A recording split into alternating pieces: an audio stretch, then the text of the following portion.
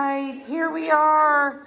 These are Olivia and Johnny's Lakeland Terrier puppies, and they are 5.5 weeks old, and they are so sweet. Seriously, this group of boys, they are just sweet. You got yourselves good puppies, no matter who you end up with. It's going to be tough on you. I'm not going to lie. It is going to be tough because they are awful sweet. Yuppers. Yes, sir. Yes, they are. So usually when we do puppy picking, with Lakeland litters, we just do it by color and gender. So obviously these 3 Wheaton colored males are the ones that you're going to be picking between. We already know who gets the black male. He's a little doll too. Yes, sir. He sure is. So the reason I do it at, sorry, my camera's slipping all around. Oh, goodness, bud.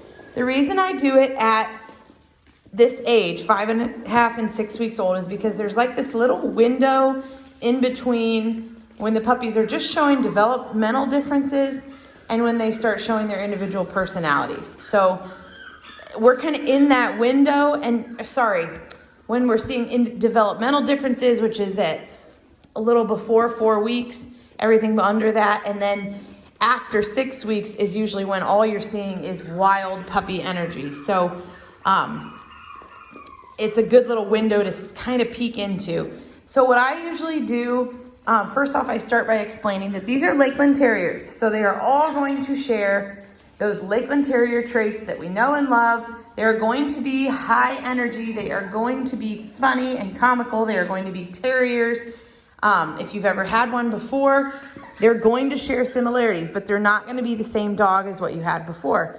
I've picked up on a lot over the years that sometimes people that maybe have only ever had one Lakeland Terrier or one of any terrier, they think that the personality of that one dog they had is completely 100% Lakeland Terrier.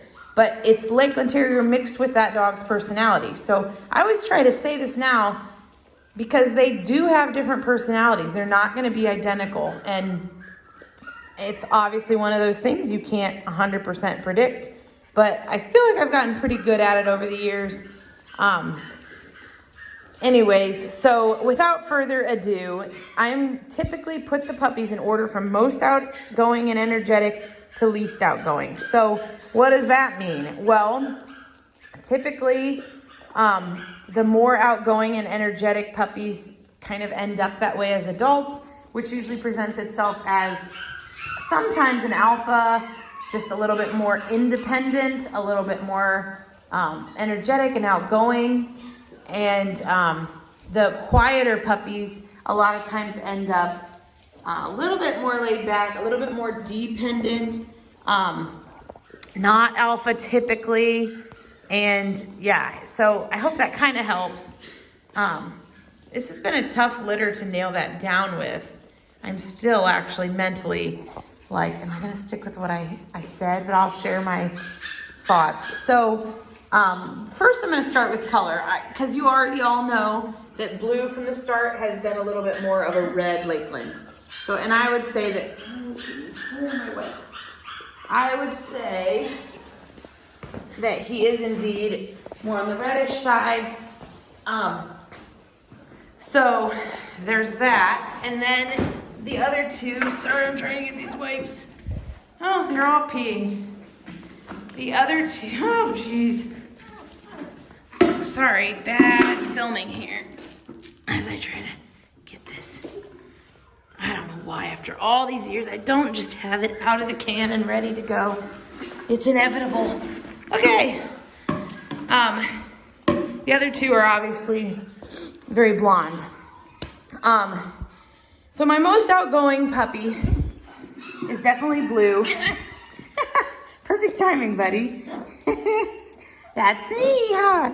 Were you just saying that's me? Oh, I'm telling you, sometimes I think you guys can just understand me. Yeah, you too, you're a stinker. I've been very conflicted on my number 2. And I'm just going to do the whole litter because I know you're wondering where Black falls to. it's either, number 2 is blue or green. I'm thinking I'm gonna put green as my number 2, but blue and green are very much, seems like they always, all of them are very people puppies, as you can see, but blue and green, it seems like they're always following me or following another puppy.